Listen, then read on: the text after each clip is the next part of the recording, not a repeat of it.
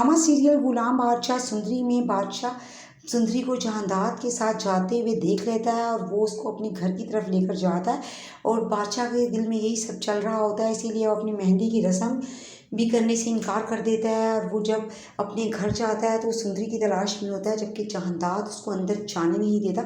लेकिन बादशाह कहाँ किसी की सुनने वाला था, वो अंदर पहुँच जाता है और देखता है कि सुंदरी अम्मा पप्पो के साथ गले मिलकर रो रही है। और वो कहता है कि मैं जानता था कि एक दिन तुम मुझे ज़रूर मिलोगी। संदल जिसमें अम्मा पप्पू कहेगी कि ये सुंदरी है, संदल नहीं है, ये मेरी बेटी है।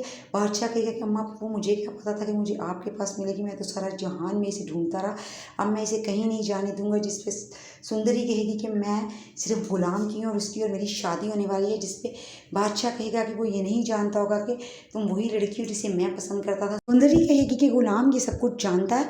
जिसके बाद बादशाह ने हाथ में कांच की बोतल पकड़ी होगी और गुस्से में उसको वो चिकनाचूर कर देगा और अपने हाथ को खुद को जख्मी कर लेगा और गुस्से में गुलाम के पास जाएगा। जबकि सुंदरी और खुर्शीद उसके पीछे भागेगी और गुलाम सुंदरी को कमरे में बंद कर देगा और गुलाम से जाकर पूछेगा क्या तुम जानते थे कि सुंदरी वही लड़की है जिसे मैं पसंद करता हूँ। इस पर गुलाम कहेगा कि सच यही है कि मैं जानता था। और उसके बाद तो बादशाह गिरेबान पकड़ लेगा गुलाम का और जहांदाद बड़ी मुश्किल से उसे अलग लेकर जाएगा और उसे समझाएगा कि तुम क्या करते फिर रहे हो। जिस पे गुलाम को मारने की धमकी देगा बादशाह और कहेगा जहांदाद तो ये मेरे हाथों कत्ल हो जाएगा।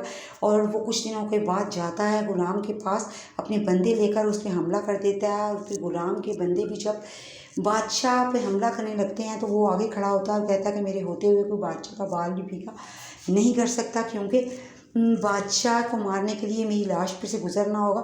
लेकिन बादशाह बेरहमी से गुलाम को मारता है और उसके बाद लाजो आकर आगे खड़ी होती है और वो बादशाह से भीख मांगती है गुलाम की ज़िंदगी की। और गुलाम ने दगा किया होता है क्योंकि बादशाह के साथ, और वो ये भूल नहीं पा रहा होता। उधर गुलाम ये सोच रहा होता है कि सुंदरी तो मेरे बगैर मर जाएगी, वो कैसे रहेगी और मैं उसके बगैर मर जाऊंगा और मैं यहाँ छोड़कर सुंदरी को कहीं नहीं जाऊंगा। मैं बेशक मर जाऊं तो मैं मरना पसंद करूंगा, लेकिन सुंदरी को इस अजियत में नहीं छोड़ूंगा। लेकिन अब सवाल ये पैदा होता है कि आखिर गुलाम सुंदरी को यहाँ से कैसे निकालेगा, क्या वो सुंदरी को निकाल पाएगा। मुझे तो ऐसा लगता है कि बादशाह ज़बरदस्ती उसको छीन लेगा गुलाम से। लेकिन फिर गुलाम का अगला कदम क्या होने वाला है, मुझे लगता है कि वो फिर जहांदाद से रिक्वेस्ट करेगा कि सुंदरी को आप मेरे साथ जाने दें, वो मेरी है। आप जानते हैं कि उसकी मेरे साथ शादी होने वाली थी और जहांदाद तो खुद ये चाहता है कि सुंदरी हमारी ज़िंदगियों से कहीं दूर चली जाए, इसलिए वो गुलाम के साथ मिलकर उसे भगाने की कोशिश करेगा। और उसी दौरान बादशाह ये सब कुछ अपनी आंखों से देख लेगा, क्योंकि वो तो नज़र जमाए हुए होता है गुलाम की और सुंदरी की हरकत पर, और सुंदरी को वापस घर ले आता है और उसको जाके कमरे में कैद कर देता है।